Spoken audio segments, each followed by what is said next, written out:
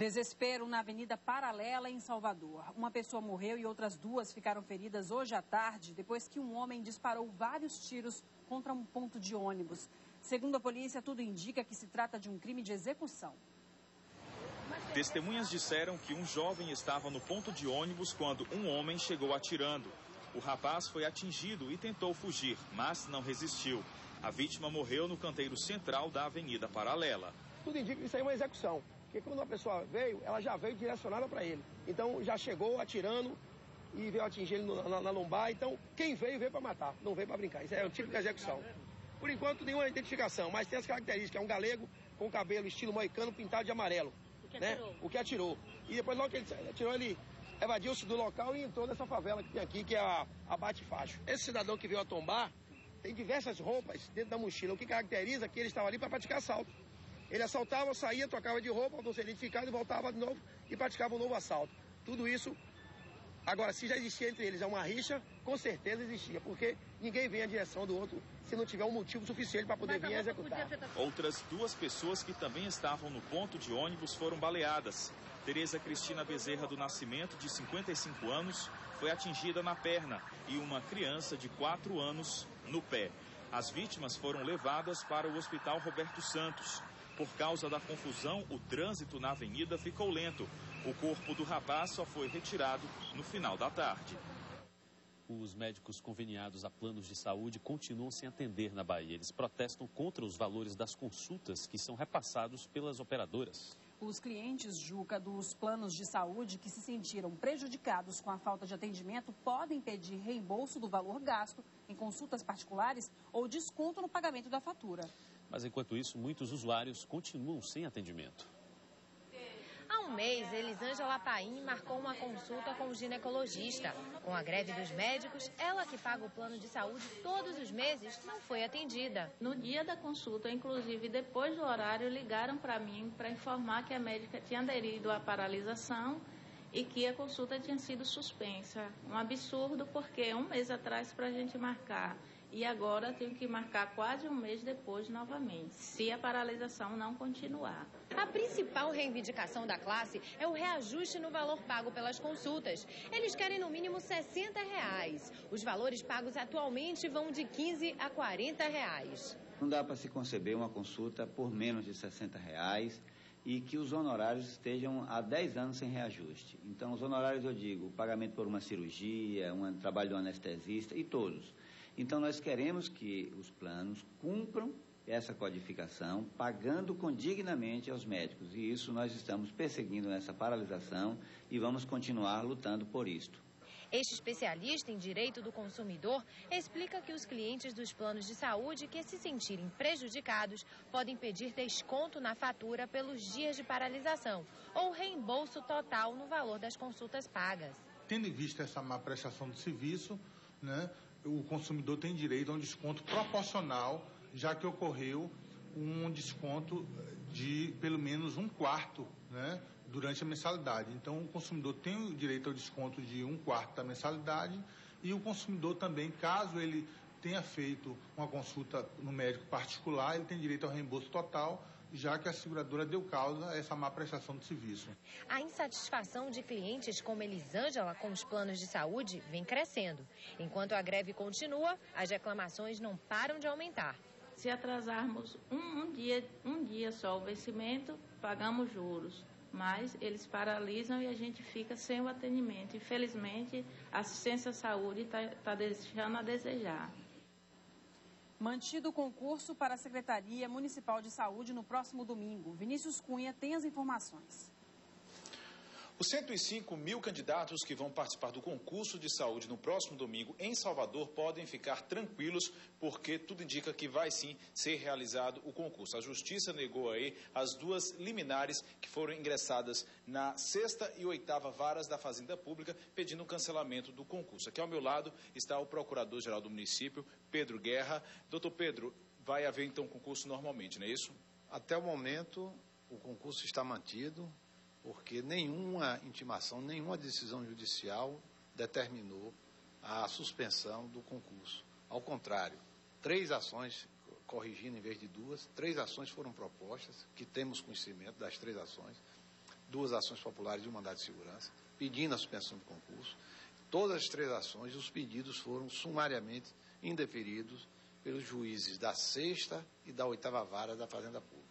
Portanto, o concurso, até o momento, não tem por que não se realizar. Ok, procurador, muito obrigado pela entrevista. E é importante lembrar aí, que os mais de 105 mil candidatos podem acessar o cartão de inscrição pelo site da Fundação Sesgran-Rio para saber o local e o horário onde farão as provas. O endereço é o www.sesgranrio.org.br. Vinícius Cunha, para o Bahia Record. A Blitz da Lei Seca está de volta. Policiais militares e agentes da Transalvador estão de olho nos motoristas infratores. O objetivo da operação é diminuir o número de tragédias no trânsito. É verdade, Juca. Isso porque o Brasil é o 5º país no ranking mundial em acidentes de trânsito, com 38 mil mortes por ano. E antes do retorno da fiscalização, a nossa equipe foi às ruas para saber a opinião das pessoas. Bares e lojas de conveniência com um público não muito preocupado com a questão álcool e direção. Não faltaram desculpas e justificativas para beber. Já tomou quantas cervejas hoje? 3. E aí, não tá tendo blitz? Tô tomando minha cerveja aqui. Mas eu moro aqui perto, não tem problema nenhum, não. Dados da Transalvador apontam que somente no ano passado, cerca de 3 mil condutores foram abordados. E este ano, até março, 33 pessoas já morreram no trânsito. Diante da gravidade do problema, o jeito é apelar para a consciência. Eu costumo sempre ir de táxi. Sim. Né? Quando eu vou sair, eu pego o táxi, já deixo o dinheiro reservado para pegar o táxi. Aí não tenho problema com blitz. Eu já venho aqui na minha paleta, né? De pé aqui andando, tranquilo. E venho aqui, volto para casa, fico tranquilo e não pego no carro aqui para poder dirigir, né? É a partir de hoje que vão ser retomadas as abordagens da Lei Seca em Salvador. A decisão de voltar a fiscalizar foi tomada em conjunto pelo Departamento Estadual de Trânsito, o Detran Bahia, a Polícia Militar e a Transalvador. A repórter Lara Cavalcante nos traz mais informações sobre o assunto ao vivo. Boa noite, Lara. Boa noite, Carol. Boa noite, Juca. Muito boa noite a todos. Falamos ao vivo aqui da Avenida Paralela, um dos pontos onde vão acontecer as blitz a partir de hoje. Pois é, para ter uma ideia da necessidade da volta dessas fiscalizações, 53% dos acidentes, das mortes que acontecem no trânsito de Salvador, acontecem no período da noite. E a faixa etária das vítimas é de 18 a 34 anos. E é sobre esse assunto que nós conversamos agora com o diretor de trânsito da Transalvador, Renato Araújo, que está aqui ao meu lado. Renato, muito boa noite, obrigada por estar aqui. O que aconteceu que Salvador ficou aí durante um ano, o último ano, sem essas fiscalizações intensas? Boa noite a todos. Ficou parado durante o ano por conta da falta de convênio. Então a Transalvador ela não tinha a habilitação para aplicar as multas de competência do Estado. E depois o Estado aplicar as multas da Prefeitura. Então isso é mais uma ação positiva da Prefeitura de Salvador no tocante à celebração desse contrato, desse convênio, para poder, a partir de hoje, instantes após, iremos começar a iniciar a operação de blitz na cidade de Salvador. Como é que esses blitz vão acontecer? Aqui a Avenida Paralela é um desses pontos, não é isso? É verdade, são vários pontos da cidade. Você tem um corredor da Orla Marítima como um todo, existem muitos bares e restaurantes, muitas boates, muitas festas, casas de eventos, idem para a Orla também da Cidade Baixa. Portanto, a cidade como um todo é uma festa a partir das 22 horas.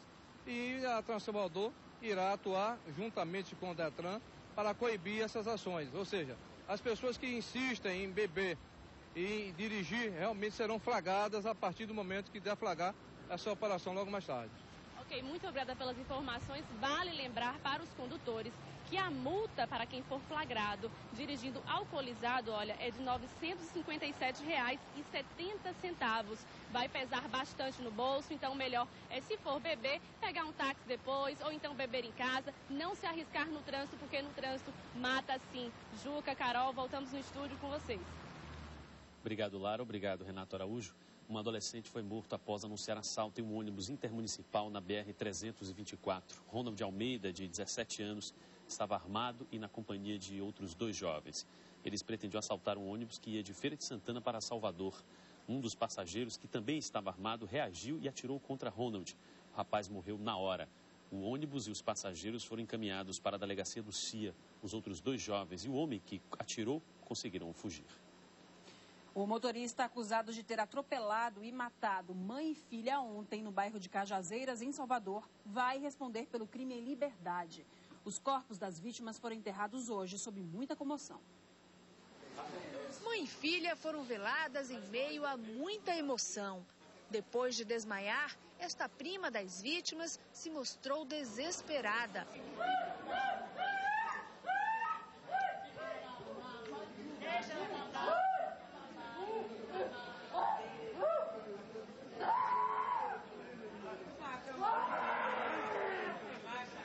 Muito abalado, Josimar recebeu o apoio de amigos e parentes. Ele era marido de Jéssica e pai de Yasmin.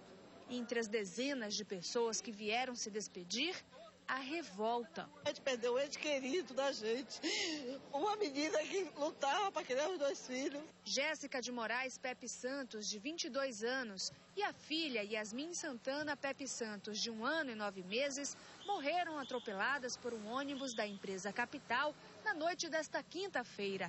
Elas estavam no acostamento desta rua quando foram apanhadas pelo veículo, que passou em alta velocidade, segundo testemunhas. No fim da noite, o motorista do ônibus esteve na 13ª Delegacia em Cajazeiras para depor sobre o caso. Ele alegou que dirigia a 50 km por hora quando a criança correu para o meio da rua e a mãe tentou salvá-la.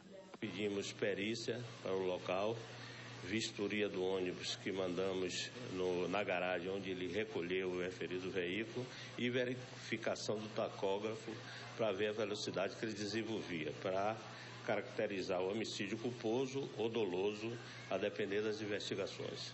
O tio de Jéssica, Everaldo Pepe Santos, disse que a família não vai deixar que o caso seja esquecido. A família quer que seja feita a justiça de maneira legal e correta, porque uma morte, 2 mortes não podem ser em vão, não sendo dessa maneira. As testemunhas do acidente devem prestar depoimento à delegacia que investiga o caso ainda neste domingo. As investigações vão apurar se houve imprudência do motorista e por que ele não prestou socorro às vítimas. Wesley Rocha dos Santos deve responder ao processo em liberdade. Pois é, Juca, mais uma tragédia aí aqui em Salvador, que demonstra a violência no trânsito da capital baiana, não é mesmo? Agora, levanta também a questão dos crimes de trânsito, né? Ele vai responder ao crime em liberdade, com certeza deve ter sido aí enquadrado em homicídio culposo, que não tem a intenção de matar, e levanta também a questão da lei seca que a gente acabou de mostrar aí no ao vivo com a repórter Lara Cavalcante, também na reportagem, não é mesmo? Que volta hoje. E não são, pois vão presas e são soltas logo em seguida, né? Com certeza é uma questão que a gente precisa sempre estar abordando aqui, porque a lei seca é válida para que as pessoas não saiam dirigindo nas ruas depois de ter bebido, mas também a gente espera que a justiça seja feita, porque a gente teve o caso, né, daquela advogada baiana lá em São Paulo que foi atropelada, foi morta, e a pessoa que atropelou está respondendo liberdade, como vários casos. Se você for procurar todos os casos no Brasil das pessoas que são atropeladas e mortas no trânsito, mesmo que o motorista esteja bêbado, estivesse bêbado na hora do acidente,